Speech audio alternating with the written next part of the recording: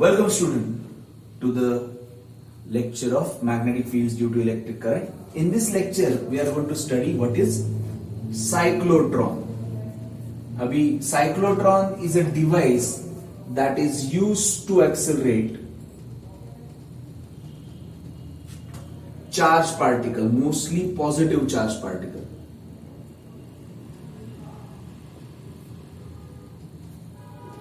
ठीक है. First is construction. पहले कंस्ट्रक्शन की बात करेंगे हम लोग. यूज तो हो गया उसका. It is use to accelerate charge particle, mostly positive charge, rarely negatively charge particle.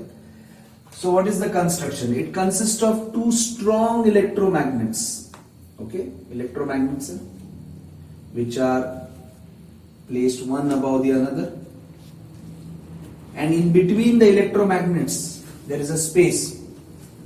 This space is filled with this space. This is a khali jagah hai. This space is placed D-shaped boxes. दो D-shaped boxes इसके अंदर रखे जाते हैं. I hope you are able to see this. There are two D-shaped boxes which are hollow, which are placed between the space between the electromagnets. Suppose this is north, then this is south, or vice versa. And the D-shaped boxes are in between. One is called as D1, the other is called as D2. There is an AC supply, alternating supply. We'll study about AC supply in the later chapters, okay. An AC supply is connected to D1 and D2. The charges that need to be accelerated, like helium nucleus, वो gas in D1 और D2 के बीच में रखा जाता है. So, what does construction consist of? Two electromagnets, two D-shaped metallic boxes are placed in between. They are hollow. An alternating voltage is connected, and ionized gas is diffused or placed between D1 and D2. Now, इसमें सिर्फ alternating voltage का क्या use है वो मैं बता देता हूं. Alternating voltage reverses electric field at regular interval, at a fixed interval.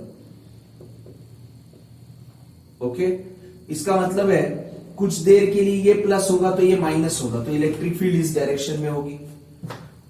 उसके बाद कुछ देर के लिए ये प्लस होगा, उस समय ये माइनस होगा, तो इलेक्ट्रिक फील्ड इस तरफ होगी. तो the direction of electric field is changed all the time. ठीक है, ये कंस्ट्रक्शन हो गया. Now what we are going to do is we are going to understand how this device can be used to accelerate charge particle.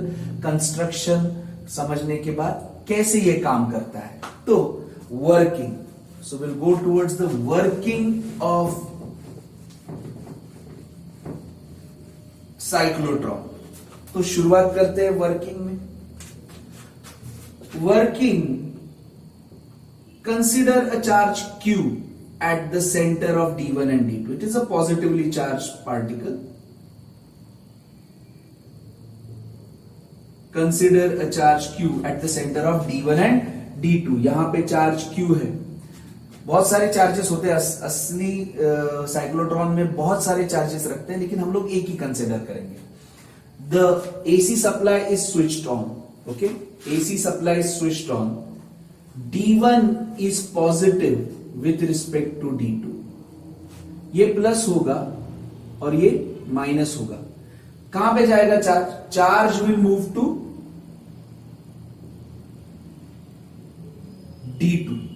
अब ये charge D2 की तरफ move कर रहा है. ये देखो, ये चार्ज Q D1 से D2 की तरफ मूव कर रहा है, and it is in the magnetic field which is vertically downward, where it will experience force. Use Fleming's left hand rule. Your thumb will give you direction of force. B bar के direction में first finger align करो. Align your second finger, middle finger along the direction of the charge which is positive. Thumb points inward. So force on this charge is perpendicular and the inside. As it is moving in magnetic field, it will experience a perpendicular force, perpendicular to the paper. आप paper को perpendicular imagine करो, and inside होगा. Now in the last lecture I have explained you कि perpendicular force क्या करता है. ऐसा आ रहा है वो, इसको गोल घुमाएगा ऐसे. So it will move in a circular path. D2 में it will move in a circular path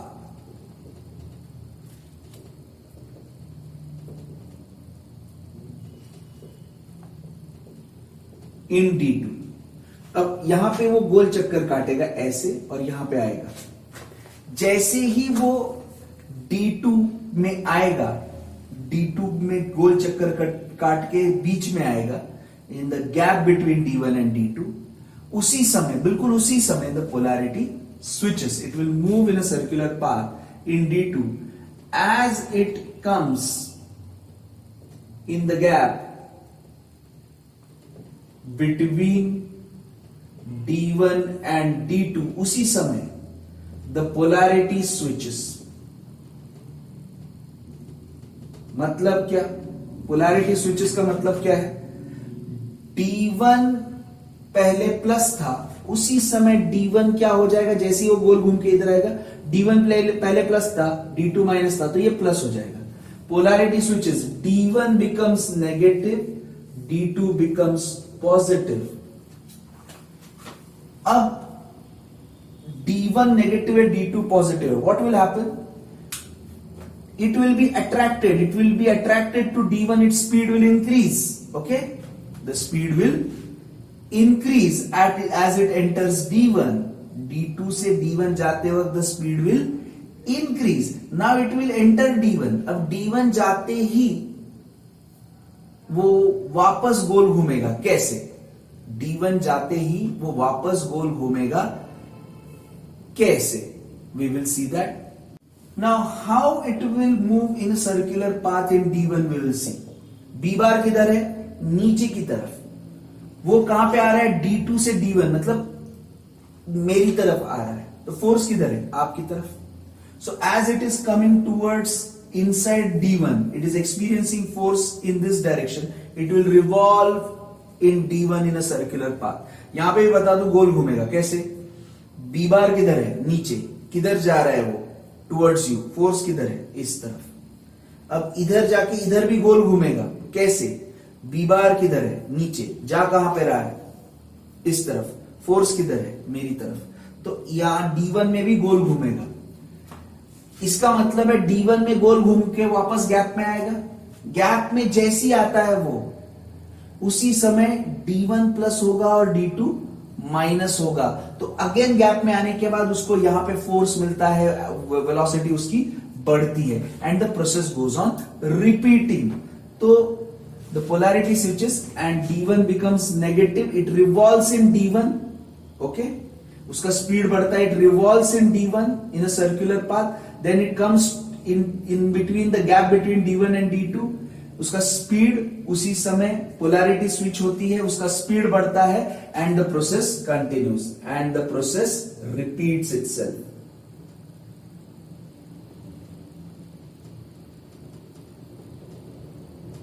आप चाहे तो रनिंग नोट्स बनाओ. आप, मैं थोड़ा शॉर्टकट में लिख रहा हूं ये. Okay, and the process repeats itself. You keep on making running notes. मैं ज्यादा डिटेल में नहीं लिख रहा हूं, चलते रहने दो इसको. Now next what we are going to do, we are going to analyse this further. Analyse मतलब इसको कॉम्पैक्ट करके लिखेंगे. चार्ज यहां पे आ, चार्ज यहां पे था, D1 प्लस हुआ, D2 माइनस था. चार्ज कहां पे गया? D2 में. D2 में जाने के बाद, because it is a charge moving in a magnetic field, D2 में वो गोल घूमा. D2 में गोल घूम के वापस गैप में आया, तब D1 क्या हो गया? Minus. It is attracted to D1. D1 में भी वो गोल घूमेगा. वापस गैप में आएगा. Why it is moving in a circular path? Due to magnetic field. Magnetic field provides the centripetal force. जैसी गैप में आता है D1 में गोल घूमने के बाद D2 becomes नेगेटिव, वापस स्पीड बढ़ती है. तो इससे दो कंक्लूजन है कि मैग्नेटिक फील्ड उसको गोल घुमा रही है और गैप में आने के बाद एक आधा सर्कल कंप्लीट करने के बाद जब गैप में वो पार्टिकल आता है, the polarity switches and the electric field will increase the velocity. अब इसमें एक ही डाउट होगा आपके मन में कि ये कैसे पता कि ये जो आधा गोल मारेगा, ये वो आधा चक्कर काटेगा, उसके बाद precisely how does the polarity switch, that we will study through analysis. हम लोग जब डिराइव करेंगे इसका एक्सप्रेशन तो मैं आपको बता दूंगा कि कैसे ये पॉसिबल है. नाउ यू विल फील कि सर स्पीड बढ़ रहा है, तो हर बार स्पीड बढ़ रहा है तो every time the speed increases, the time required to go in a circular path will go on decreasing. नहीं, that I am going to prove it to you कि ऐसा नहीं है ना. यहां तक सही है, इसका वर्किंग क्लियर है. वर्किंग में क्या है, चार्ज D1 से D2 जाता है, गोल घूमता है, वापस D2 से D1 आता है, D2 से D1 आते हुए उसको इलेक्ट्रिक फील्ड धक्का मारती है, स्पीड बढ़ाती है. Every time it crosses D1 and D2 the speed goes on increasing and the north and south pole, the magnetic field keeps it in a circular path.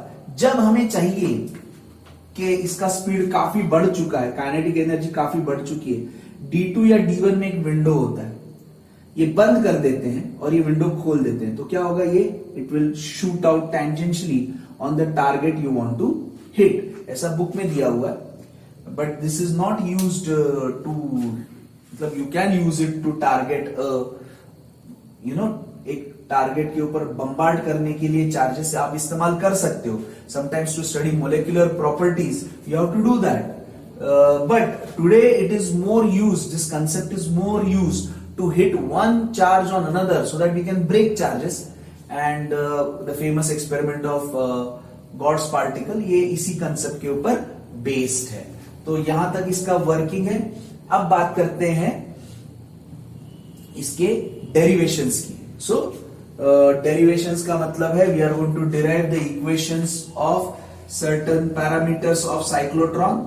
So theory आ गया अभी, और ये पार्ट जो है ये application based question point of view बहुत important है. इसके ऊपर क्वेश्चंस आते हैं क्या? बिल्कुल आते हैं. Now the derivations I am going to do is, उसमें से जो R का डेरिवेशन है मैं उसके बारे में बता दूंगा, वो एप्लीकेशन बेस्ड क्वेश्चन में बहुत ज्यादा आता है. ठीक है ना. What we are going to do is we are going to study the theory. What is theory? Okay, we are going to derive the equation of radius of this charge q. We are going to derive the equation of velocity, kinetic energy and time period and frequency of revolution. ये सारी बातें हम लोग करने वाले हैं. तो consider a charge q in a cyclotron which has got AC voltage of potential difference V. Okay, now if the charge is moving, क्या होता है, ये प्लस होता है, ये माइनस होता है, charge will start moving. If charge Q is moving with velocity or speed V, okay, it will experience a force due to magnetic field.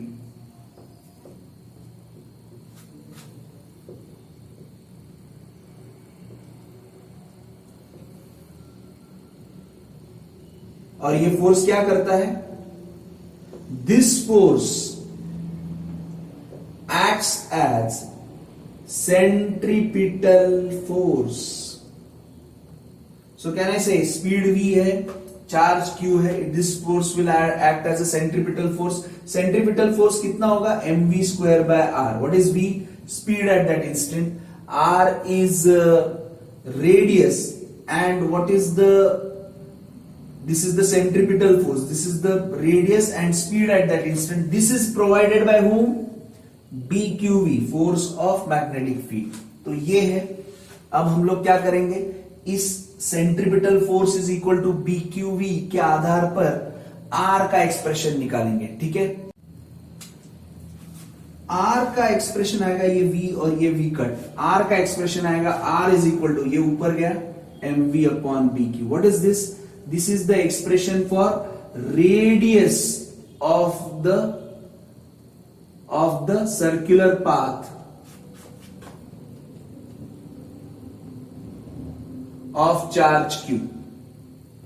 अब आप देख सकते हैं ये जो है रेडियस जो है it depends on m b and q. ये तीनों चीजें तो कांस्टेंट है. साइक्लोट्रॉन में, सिर्फ साइक्लोट्रॉन में v keeps on increasing. After each semicircle the v is increased. So can I say r is proportional to v? As v increases r increases. ये सिर्फ साइक्लोट्रॉन में होता है. अगर एप्लीकेशन बेस्ड क्वेश्चन में पूछा जाए तो वहां पे क्या होता है, सिर्फ चार्ज एंटर करता है मैग्नेटिक फील्ड में. तो whenever there is no electric field, यानी साइक्लोट्रॉन नहीं है, सिर्फ charge is entering the magnetic field, then the charge will revolve in a circular path. Centripetal force mv square by r is given by dqv. R is equal to mv upon bq. Radius remains constant because v remains constant. तो ये जो expression है r का, normal circumstances में सिर्फ एक charge with speed v आ रहा है entering b bar magnetic field. If a charge is entering magnetic field with speed v, the speed is not increasing, you can still use this formula. Only in case of cyclotron v goes on increasing, r will go on increasing. ये हम लोग क्यों बात कर रहे हैं? तो इसका पाथ क्या होगा? तो पहले अगर इसका टॉप व्यू देखा जाए, किसका? इन डी शेप बॉक्सेस का, तो ऐसे नजर आएगा. ये चार्ज है, पहले रेडियस r इतना चक्कर मारा, रेडियस कम था, अभी यहां से यहां जाते वक्त स्पीड बढ़ेगा तो रेडियस भी बढ़ेगा, यहां से यहां जाते वक्त स्पीड बढ़ेगा तो रेडियस भी बढ़ेगा. So what do you see? As the speed increases, the radius increases. It moves in a spiral path. Therefore, charge Q will move in a spiral. Jalebi के पाथ में वो गोल घूमेगा. अब ये बड़ा बड़ा होते होते लास्ट में जब यहां पे आएगा तो उसी समय हम लोग क्या करेंगे? ओपन कर देंगे इस विंडो को और ये बाहर आ जाएगा. And it will hit the target whatever you want to target. So ये रेडियस हो गया, रेडियस का एक्सप्रेशन है. दिस रेडियस का expression can be used normally also when the speed is not increasing. This is the radius of circular path of charge moving in a magnetic field. Okay, it is also radius of a charge moving in cyclotron. The only difference is radius will increase as speed increases. Radius will increase as speed increases. In cyclotron, the charge will move in a spiral path and will come out. तो R हो गया. अभी next कौन सा है? R का काम तमाम V निकालना है. तो V बहुत ही सिंपल है. V is equal to BQR upon M. ये याद रखो. ये बहुत कम इस्तेमाल होता है लेकिन आगे के डेरिवेशन के लिए काम आएगा. तो हमारा R हो गया, V हो गया. और टाइम पीरियड पहले निकालते हैं. That will be more useful. What is the time period? अब आधे गोल के लिए सर हाफ सर्कल क्यों कंसिडर कर रहे हो? क्योंकि मैं पूरे सर्कल को कंसिडर नहीं करने वाला. हाफ सर्कल क्यों? क्योंकि हाफ सर्कल तो वो यूनिफॉर्म स्पीड से, मतलब उसकी स्पीड बदलने नहीं वाली. हाफ सर्कल के बाद जब इधर आएगा तो स्पीड बदलेगा, बराबर है ना. तो let us find out the time required to complete half a circle. So time period बाद में निकालते हैं. टाइम गोल घूम रहा है ना. Time required by Q to complete half circle. तो कैसे निकालेंगे? T is equal to distance upon speed. Okay, तो R upon V निकालना पड़ेगा. R upon V यहां से आ जाएगा, इसीलिए मैं कह रहा हूं ये काफी महत्वपूर्ण है.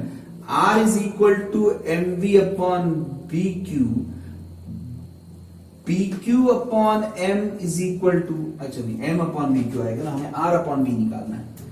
तो R upon V is equal to M upon BQ. डाल दो इसकी जगह पे पाई M upon BQ.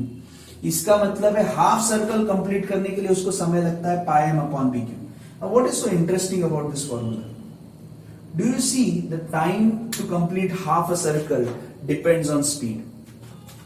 Time to complete half a circle depends on mass, वो नहीं बदल रहा है, b bar वो भी नहीं बदल रहा है, charge वो भी नहीं बदल रहा है. Therefore, time required to complete half circle is constant, it is not changing. Speed बढ़ने तो कुछ भी रहने दो. तो इसका मतलब है time required to one full circle कितना होगा? Time required to complete one full circle कितना होगा? चलो बात करते हैं, time required to complete one full circle कितना होगा? कैन आई से आधे सर्कल के लिए इतना, पूरे सर्कल के लिए कितना होगा? Time required to complete one circle, can I say it will be 2 into pi m upon bq? This will be the time period of revolution. Can I say it is constant and independent of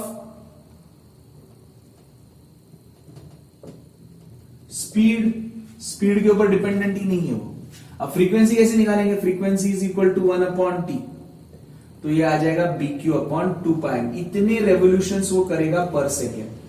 अभी अगर time period constant है, जितना time लगेगा उसको आधा गोल complete करने के लिए, वो तो हमें पता है pi m upon B q. All you have to do is configure this supply such that you have to configure this supply such that the time pi m upon B q जब हो जाएगा तो ये circle half a circle complete करेगा. उसी समय आपका जो सप्लाई है वो स्विच होना चाहिए. Is it possible? Yes. All you have to do is configure the supply to switch after pi m upon bq. Okay, वो कैसे पॉसिबल होता है? The frequency of the supply should be equal to bq upon 2 pi m. इसको resonant condition बोलते हैं. अभी ये जो मैंने बातें कही हैं कि frequency of the supply should be bq upon 2 pi m, उससे क्या होगा? Time period of the supply will be 2 pi m upon bq. उससे क्या होगा कि बराबर इतने टाइम के बाद वो स्विच होगा, बराबर इतने टाइम के बाद वो स्विच होगा. ये जानकारी कब बेटर लगेगा आपको? In AC. अभी हम लोग बढ़ते हैं काइनेटिक एनर्जी की तरफ. एक्सप्रेशन ऑफ काइनेटिक एनर्जी निकालते हैं हम लोग. Kinetic energy is equal to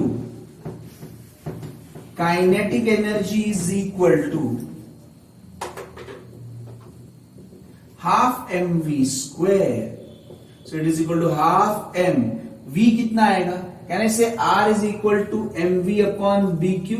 So V is equal to bqr upon m का square. So it is half m b square q square r square upon m square. ये गया b square q square r square upon 2m. This will be the kinetic energy of the charge particle. ये हो गया expression kinetic energy का. Time period खत्म. Time period is independent of velocity और speed. Kinetic energy ये है, it depends on radius. More is the radius, more is the kinetic energy. More are the number of revolutions, more is the kinetic energy. तो ये है working of cyclotron. मैं cyclotron का पूरा मैंने theory, working, construction और formulas आपको बता दिए. इसके ऊपर एप्लीकेशन बेस्ड क्वेश्चन आते हैं और ये R is equal to M we upon B Q के ऊपर ज्यादा से ज्यादा क्वेश्चन आते हैं. वो हम लोग in the subsequent lectures will be able to do that. Thank you very much.